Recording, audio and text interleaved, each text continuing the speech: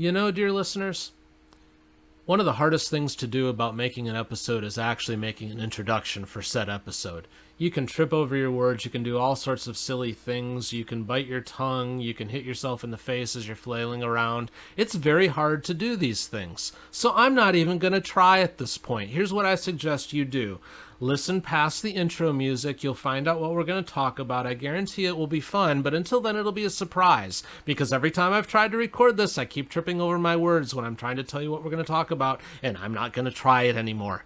So I am going to buckle up, keep my hands and feet inside the vehicle at all times. I suggest you do the same, because this is the Soule of Wisdom. Somehow I just got through this info, and I'm excited, even though I just said the intro was an info, so I didn't make it through it, but oh well, here we go.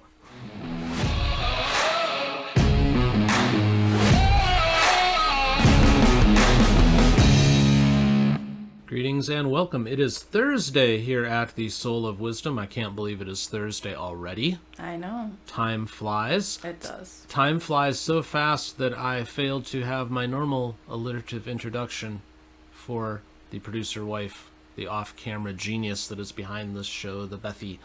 That's okay. So I'll just give you compliments like you're pretty and you cook good food. I was waiting to see if it was like a compliment sandwich. No, I'm not going to compliment sandwich you. Not today. Maybe tomorrow. Okay. But no. Anyways, hi, dear listeners. It's nice to have you here. Hello. So, once again, as we stated yesterday, we are like one in 250 billion broadcasts or podcasts or simulcasts or some kind of cast. Yes. Armcast, any of it. So the fact that you've stumbled upon us is wonderful. Yep. Now you need to make sure that you come back to us. And how that happens is you do things like you subscribe, you share this thing, you leave a review if you're on a podcast platform that allows for that sort of thing. All that stuff. Because that allows other people to find us, but it also means that the algorithms will remind you to come back too. Yep. See, it's tricky like that. It is. Yeah. And the good news, you know how much all of this costs you to do? Nothing. It's like one of the few free things left. Yeah. One of the things that inflation has not caught up with. But the neat thing, you can take zero and inflate it, I guess, and it's always still zero. Yeah. So there's that. Anyways, visit us, soulewisdom.com, S-O-U-L-E wisdom.com. You can email us with your questions, your ideas, your concerns, your whatever at questions@soulewisdom.com. You can tweet us at soulewisdom. You can find us on Facebook at Soule Wisdom. You see a theme? I see a theme. We try to keep things simple here at Soule Wisdom because we are simple people. As you can probably tell by our podcast if you've been listening. But that's okay. Semi-professional podcast, that is our goal here. With an occasional food thing thrown in. Occasional food thing. Speaking of which, I'm hungry, so we should probably do this thing. So we can go eat. Because I'm hungry. Speaking of which, tell them what the holiday Mountain Dew is going to be this year. Ginger snap? Is that what you said? Yeah, ginger snap. Yeah, that's so sometimes when a Mountain Dew and a Canada Dry love each other very much. No, they're going off the gingerbread house, like gingerbread cookie. It's supposed to taste like... Oh, like the cookie. Yeah. I was just thinking that they would bring in like a ginger ale kind of feel to it. No. Oh, well, I don't know how I feel about it now. It's supposed to be like gingerbread. That's like cross-species mating, so I don't know. All right, whatever. We'll see. It can't be any worse than their hard Mountain Dew idea. Yeah. Where they're partnering with a company that's already said seltzers aren't selling, so we're destroying millions of cans of it. That's true. So good luck with that. Yeah. Alrighty. So yesterday or the day before, it was one of those days. They all blend They together. blend too much here at the homestead. I filled up the gas tank of the car. And I paid $3.79 a gallon for it. Now, our car burns the good stuff. It's got a turbo in it and stuff. It has to have the high-octane things or it just doesn't like it. Okay? But here's the kicker. The real price wasn't the $3.69. So we have Fry's here in Arizona, which is Kroger. It's just named Fry's down here. So they do these fuel points, and for every $100 you spend, you get 10 points. We had enough points saved up to get $1 off a gallon, and I used them, which means the price of the gas was actually $4.69 a gallon. I Now, thought you said 79. Oh well, I probably 69 or misheard you. 79, one of those. Yeah, math is hard. It was ridiculous 9. Yeah. That's what it was. Regardless, it was in that mid to high 4s, and then that took it down to the mid to high 3s. Now, for comparison, I took a look before our friends at the pandemic ruined the world, because I went back through some old receipts. And in February of 2020, when I filled up the car, I did it for $2.59 for the good stuff. So it's almost double. Without fuel points. Yeah. Yeah. So it's almost doubled.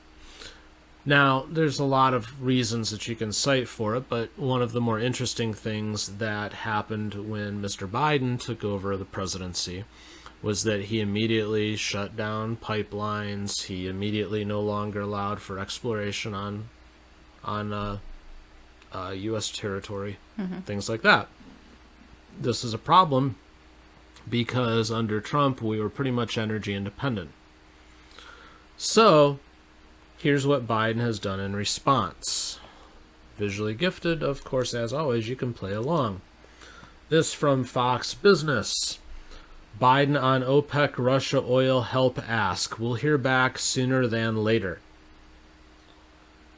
As the U.S. grapples with sky-high oil and gas prices, Biden administration has asked OPEC Plus to help out instead of going directly to U.S. oil producers. Hold on just a second.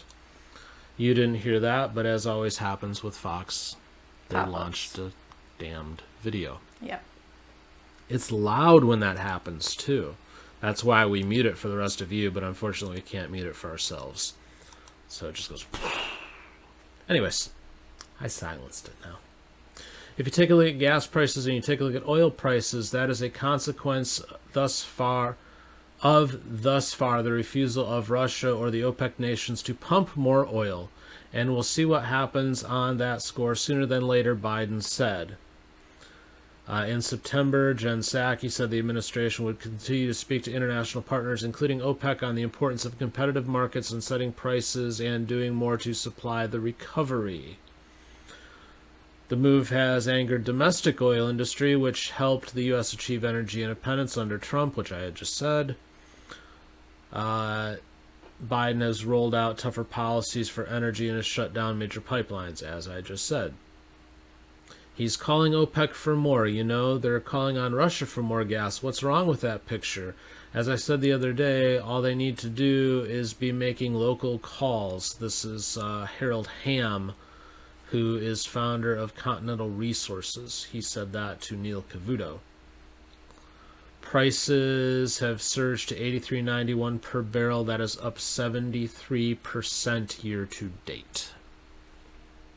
Insane. A little bit. I like how it sounds like they're mad at Russia for not pumping more too. Why aren't you doing this thing that we ourselves aren't even doing? It doesn't make sense. Well, especially when we're sitting on some of the biggest reserves in the world. We have more energy available to us here than we possibly know what to do with. And we've got a lot of things that we do with energy. Yeah. The bottom line is nothing happens without energy. You need it for everything. Yeah. You need it right now to listen to us talk about how you need energy. Yep. If you didn't have energy, you couldn't be lectured on needing energy. It's true. Just saying. But it's interesting to me that you've got this administration who is pushing and pushing and pushing on green. Everything got to be green. Going to incentivize green. This infrastructure, at least the part that's actually infrastructure, not like childcare, is green. But they acknowledge that there's a fossil fuel issue, and we've got to beg these people for more of it, even though we have it. Well, this climate thing that's going on right now, didn't I just read that they all took private planes to get there? Yes. Okay. So, Yeah. I mean, they obviously don't really care. Yeah, and I'd read in another article that, it was an opinion piece. It was more editorial. and it was on Yahoo Finance. So I'm not going to pull it up right now. But the author was saying how it's also framed and weird. He was saying that the good news is that the climate deniers now have been reduced to this little fringe, and that everybody else is bought in. Well, I'm not buying into the fact that everybody else is bought in. I don't think that's all settled as much as he'd like it to be. Yeah.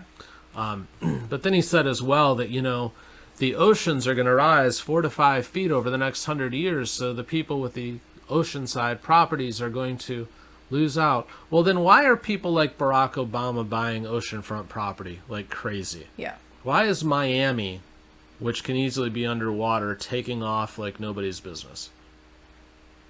Why do people continue to live in New Orleans, which is technically below sea level? Yeah. You can listen to what they say, or you can trust your eyes. Yeah. But, they don't match. That's the bottom line. So, we find ourselves now in this area because they want to push on everything green, but they recognize the fact that we still need these fossil fuels, so now we have to go beg other people. I don't like the idea of America having to go beg. Yeah. That's not the country that we are. No. We're the country that says this is the way it's going to happen. But we keep dismantling ourselves, and I don't understand why. Again, there's a reason why everybody in the world wants to come here. Yeah. Because we've got it going on, but apparently we're too stupid to realize we've got it going on. I don't understand this need for people to destroy all the time. Maybe it's a sign of boredom. Maybe we're too bored. Yeah, that's possible. Maybe that's it. But the thing is if you have gas that's like $5-6 a gallon, you're going to be bored because you're not going to be able to afford to go anywhere. Yeah. So. Yeah, we just got out of being stuck at home forever. Guess what? Yeah. You can't afford to go anywhere. And some places you're still stuck at home. Yeah.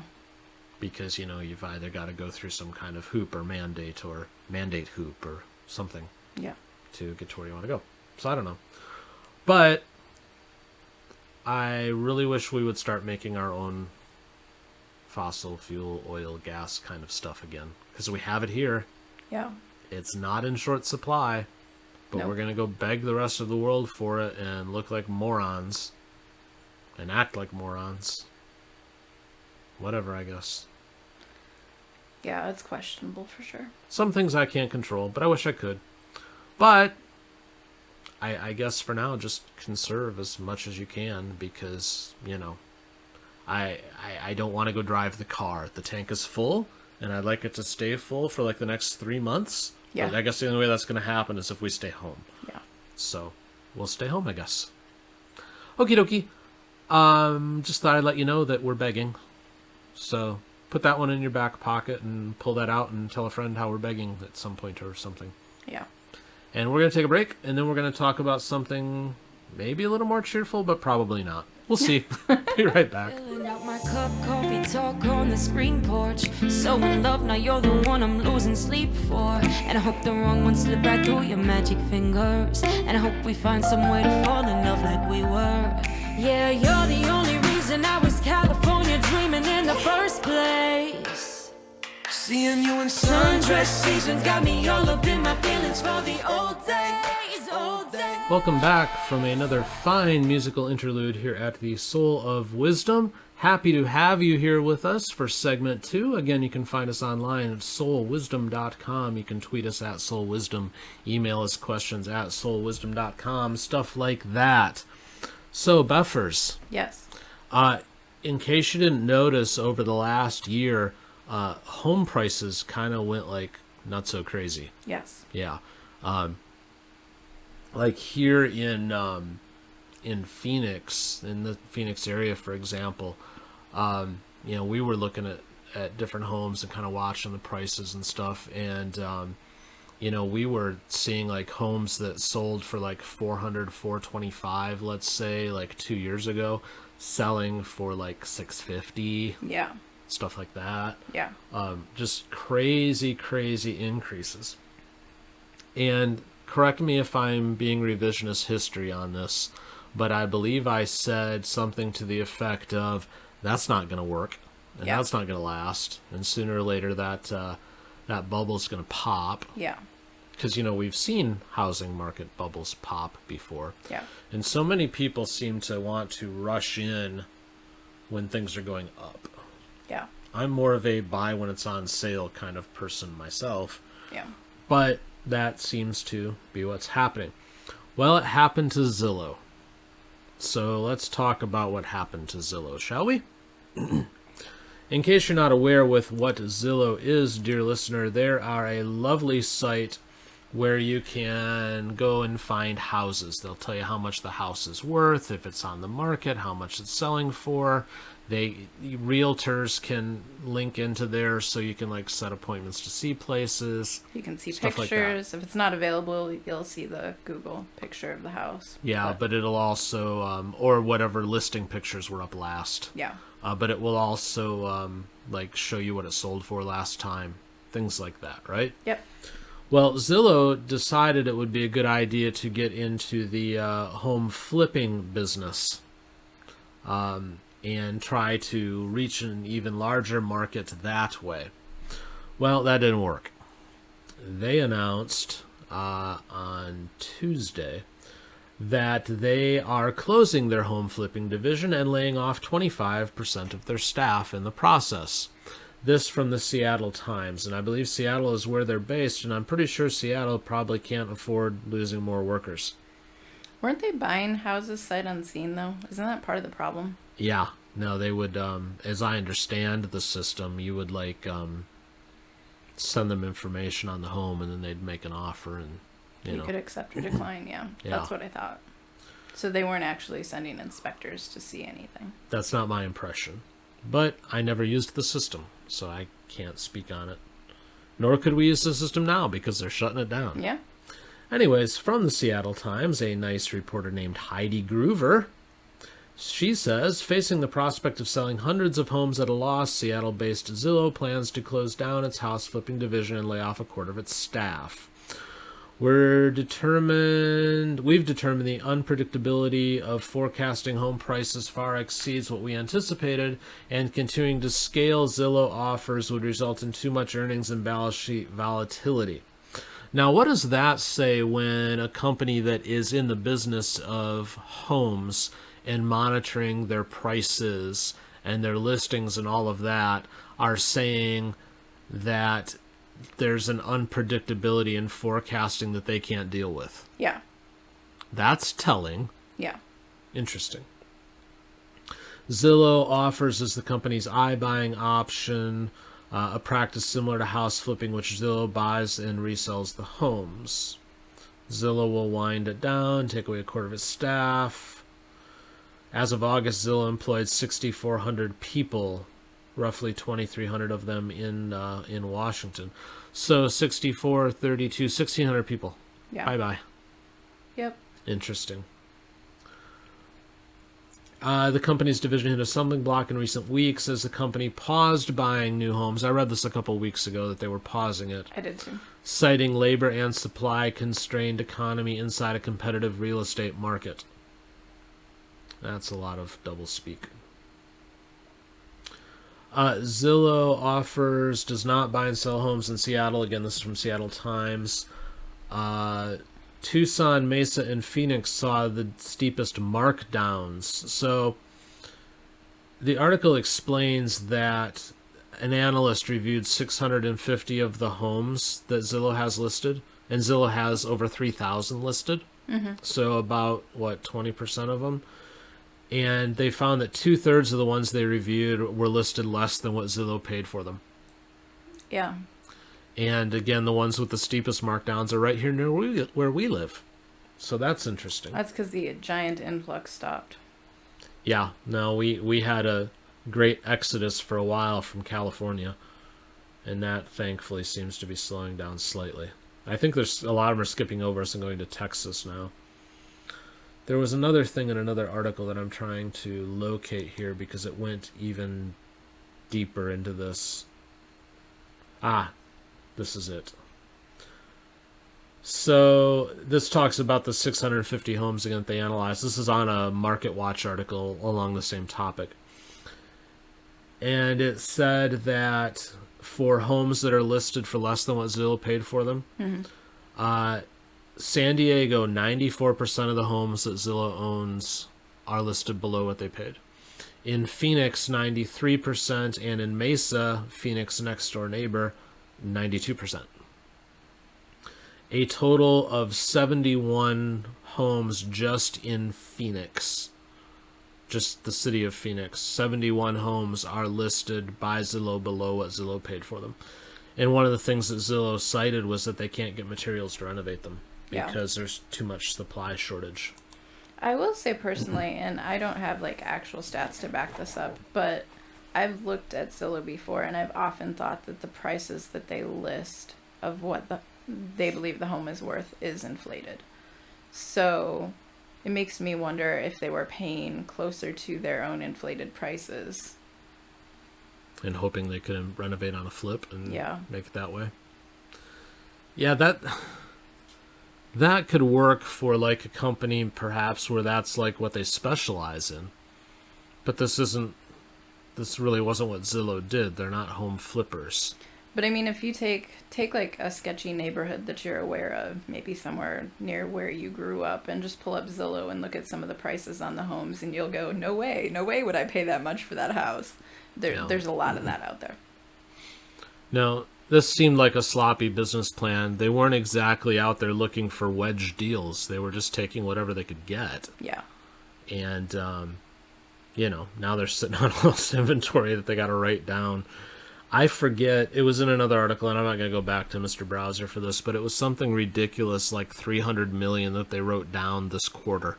Oh, wow. On their losses. So they're probably not done laying off employees then. This was just the beginning. Yeah, potentially. I mean, because the question becomes if they retreat to just, I don't know why they need, what was it, 32? No, it's 6,400. I don't know why they need 6,400 people, when basically all they are is an information aggregator. It seems like they have a bloated workforce on top of everything too. But I don't know their inner workings, so I can't say for sure. Does Zillow do financing though? I think they partner with people to like match up, but I don't believe that is something they do specifically. But I could be wrong. Beffy, you found some more information on what Zillow does with like financing and stuff. You seem to be motioning the I've got info kind of motion to me. Zillow Home Loans was founded in 2000 as Mortgage Lenders of America and was acquired in 2018 by Zillow Group, which houses a portfolio of largest and most vibrant real estate and home-related brands on the web, yada, yada. So they do actually do home loans. Well, that explains some of their staff then. Yeah. Okay. It also looks like, just glancing through Wiki, that there's some rental companies, property management companies that can partner with Zillow, and they will take rent, for example. So the renter could pay Zillow. Zillow would then send the payment off to the company and take a fee for that as well. Gotcha. So they can be an intermediary yeah. too. All right. Well, that does explain a little bit of their staff then. I'm still not certain it was the greatest idea in the world for them to just start buying homes like crazy. No. Especially as the market was rising. I would think that somewhere along the line somebody would have to realize that, hey, maybe this isn't the time to buy in. There's a couple of guys that I follow out there, and many of them are in real estate, like independently. They buy up homes and renovate and then either flip them or they sit on them as investments and rent them or something like that. But none of them will buy in places where the market is super hot unless they find some ridiculous wedge deal that makes sense. Yeah. You buy when it's on sale. Yeah.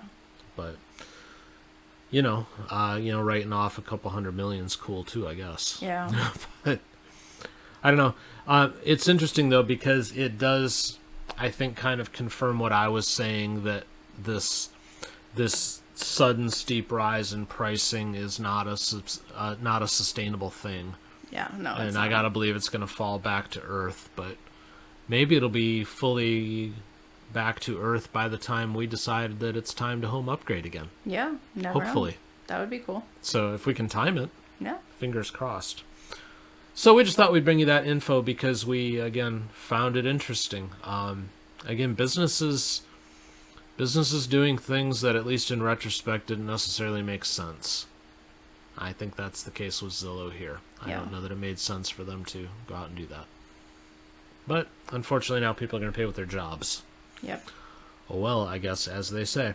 All right, we're going to take a break here for a second, get something to drink, refresh ourselves, and then talk about something completely different. You listen to some music. We'll be right back. 1 strike, 2 strikes, 3 strikes, you out. Better get yourself together, time is running out. 1 strike, 2 strikes, 3 strikes, you out. Being saved by the spirits, what we about? You caught me on my swing, but I bunted. Home run, only win. There's no stunting, I'm signed to the Most High.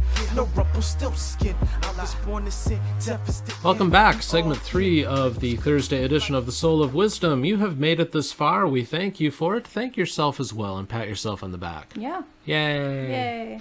Don't forget, like, subscribe, share, tweet, send out smoke signals that say watch the show. Any of that stuff. Yeah. Do that. Make that happen. Okie dokie. So while we were at break, producer wife was checking her speculation because she said that she wasn't sure how accurate Zillow was. What did you find? In 2007, the Wall Street Journal did a report, and there's a quote from that report that said, often these estimates they're talking about often are very good, frequently within a few percentage points of the actual price paid, but when Zillow is bad, it can be terrible. That was a quote from the Wall Street Journal. Nice. In 2006, National Community Reinvestment Coalition filed a complaint with the FTC alleging that Zillow is intentionally misleading consumers about their estimates. And in July of 2016, using data published on the Zillow website, the typical error of the Zestimate, or a Zillow estimate, in the United States was $14,000. 14 grand. That's a pretty big error. It's not a small amount. No. I mean, granted, 14 grand is only like 2 fill-ups now at the gas station. Well, and but if, still, you're taking that over a 30-year mortgage, but that's kind of not the point. No, that's a big error. So their own estimates are off, and they probably use that same technology to go and buy their houses. Yep. That would be my guess. All right. I'm suddenly looking at them in a slightly different light. Yeah. But whatever. Okay. What do you say we switch gears, though? Okay. Because I've had enough talking about houses for today. Okay. I think we should talk turkey. Okay. Specifically Turkey the bird. Talk. Turkey talk. Well, Bird it is the coming up word? on Thanksgiving. Bird is the word? Bird is word. Bird is greater than or equal to the word. That according to Family Guy. I was just going to say more Family Guy reference. Exactly. If you don't get it, I feel sorry for you. Go watch some Family Guy, dear listener. It'll change your life. Anyways, Butterball is warning us. Anytime we can be warned by a major bird manufacturer, isn't that what they're called, bird manufacturers? Something like that. It kind of is. They're like factory farms. So it's like a assembly line. I actually, when I was in college, I lived 3/4 of a mile east of a turkey farm. Yummy. So the wind blew west to east. So I was downwind from that sucker, and oh my god. Now the good news is after a few months you don't really smell it anymore. But the bad news is I'm pretty sure it'll give me cancer or something later in life. Right. It's so bad. They are foul. Literally. Yeah, literally. Haha. I made a joke that I didn't realize I made. So yeah, Butterball is warning us. Let's see what they're warning us. Let's go to Mr. Browser and visually ungifted play along. Butterball CEO, small turkeys for Thanksgiving will be harder to find. Why the small ones? I don't know. Did they overfeed them this past year? Well, it would seem to me there would be like supply problems with feed. So I would think if anything, we'd be having undersized turkeys. That's why I wondered if they, overfed them. I don't know. Did the small ones all die from the bird virus? Did the big ones eat all the small ones? Did they eat their own? That could be. Maybe there was a supply problem with the feed, and they started just cannibalizing each other. So much speculation. Yeah. We just don't know. But Butterball CEO Jay Jandrian, something. JJ. Okay. Said on Tuesday that Thanksgiving turkeys will be harder to find this year, and also noted that it's reasonable to expect higher prices amid supply chain issues. Shocker. Yeah. JJ made the comments on Cavuto, noting that we don't expect there to be a shortage overall, but we do see there will be fewer smaller turkeys this year. Again, I'm not sure why. Yeah. Apparently only the strong survive. Yes. To be eventually killed and put on a table. Right. Alrighty. He recommended that consumers go out to stores and get them as early as you can, or raid your freezer for the 5-year-old one that you got 5 years ago. Yeah. Yeah, because I'm sure it's fine. But you know as well as I do that there are chest freezers all over the United States with a whole turkey that's been just sitting in the bottom and forgotten about. Yep. Because once upon a time, especially at Thanksgiving, you could get a turkey for 20 cents a pound. Yeah. So, or for free if you spent X number of dollars in groceries. Yeah, or for free. We had grocers that did that. Yeah, I doubt they'll do it this year. Yeah, but then you'd take that sucker and it'd just go in the chest freezer and you'd forget about it. Yep. So yeah, check out your chest freezer, dear listener. You probably got a turkey sitting down there that you don't even know. So he says, yeah, go out to the stores and buy them as early as you can. In fact, we have heard from many of our other retailers who are ordering additional turkeys now because sales have been brisk a little earlier than usual. So we expect a pretty significant sell-through this season. Well, yeah, people are getting stuff earlier than usual because have you been to a supermarket? Yeah. You've got to get stuff now or you're not going to have it later. Luckily, we rarely do things traditionally here at the Soule of Wisdom homestead. Yeah. So I can't tell you last time we did a quote-unquote traditional Thanksgiving dinner. We always bend it into something.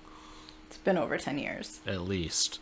I mean, we'll take the ingredients and we'll make tacos or something like that. Or we've done Indian dishes. We've done Italian. You name it. Asian. Yeah. The Asian was good. It was. I don't remember it, but I remember it was good. Didn't we do something once with I don't remember what the theme was, but we did the turkey and then we did or was that the Asian with all the mushrooms and stuff? That was the Asian one. Okay, well that's why I remembered. It was good. Okay. But I don't remember it. We have all this stuff in the archives, so I'll have to look someday. Anyways, supermarkets started purchasing turkey, spices, cranberry sauce earlier this year, the Wall Street Journal reported, noting that the goal was to avoid shortages that left some store shelves empty last year. Supply chain issues plaguing the economy have only verified that purchasing Thanksgiving staples early was the right move. Meanwhile, several companies have raised prices. Ocean Spray CEO Tom Hayes noted Monday that the company costs have risen and that they're passing it on to consumers. Ingredient costs have gone in the wrong direction this year, he says. Food prices are now up 4.6% for the year. Meats specifically up 10.5%. And on and on. And more good news. And more good news is had by all. So yeah, now they're trying to tell us that we can't have the turkeys we want to have. When will the madness end? Well, they already told us we're going to have a shortage of Christmas trees. They told us that months ago. Yeah. That's true. And the homeless... But who can afford a Christmas tree anymore? Well, that's true. And the homeless are looting everybody's Christmas presents on the rail out of the shipyard. So yes, they are. I hope they don't get the turkey container, though. If they get the turkey container, then we're all in trouble. Or they're in trouble, because if they let it sit too long, it's going to smell. Right? What's that foul odor east of L.A.? It's a rotten turkey truck. Yeah. Oh, good Lord. I don't know. Yeah, this isn't such a big deal for us if there's going to be like a shortage or the prices go up or anything like that. Because again, we just create whatever we can get. Somehow through this, we have managed to keep our grocery bills under control. Yeah. But we always adapt to whatever it is that's around us. I mean, we'll take whatever we can get. We stock up on it when it's cheap, and then we'll just find different dishes to kind of bend it into. And that can be fun because it's creative, and you learn new things and try new things and whatnot. But the vast majority of Americans, unfortunately, are not as creative in the kitchen as we are. So they're going to go to the more traditional route, if they even are cooking. But that's going to be buying the whole bird and making it in the oven with the stuffing and you're supposed to do, quote unquote. Yeah. But they're going to pay more for it if they can get it. Yep. And they're going to have more leftovers apparently because only the gigantic birds are making it to market. Yeah, and depending on where they live, they might not even be allowed to have like more than one family member attend. So. That's true. So then there's going to be waste. Yeah. The whole thing's a mess. It is a mess. Oh well. What are you going to do? So if you want a turkey, go get one. Go get one quick. Yeah. While they're still around, because apparently they're not going to be around. Hopefully you have freezer room for it. Yeah. Yeah, you're going to get like a Volkswagen-sized turkey from what they're saying, not the smaller ones. So if you don't have a chest freezer, surround it with a lot of dry ice in your garage, I guess, for the next 3 weeks. I don't know. We don't have all the answers here at the Soule of Wisdom. We just report what we find. Yeah. You figure it out from there. All right. I'm spent. Yeah. My story has become tiresome to me. Anything else, Buffers? Nope. All right. We're going to call it a day. Tomorrow is Friday. We will do our best to have at least one happy thing for tomorrow because it is Friday. Maybe it'll just be that we'll do a whole segment where we'll just repeat it's Friday over and over. Nobody will want to hear that. Well, come up with a better idea then. All right, I'll try. If you have a better idea for tomorrow's episode, email it. questions@soulofwisdom.com. Give us something happy to cover, because we'd be happy to cover it. Right. All right, visit us online, soulofwisdom.com. You can email us, as I just said. You can tweet us at soulwisdom. As always, it was fun talking with you today. We hope it was fun listening to us. If it wasn't, that makes us sad, so lie to us about it. Have a good day. We'll see you tomorrow. Bye. Bye.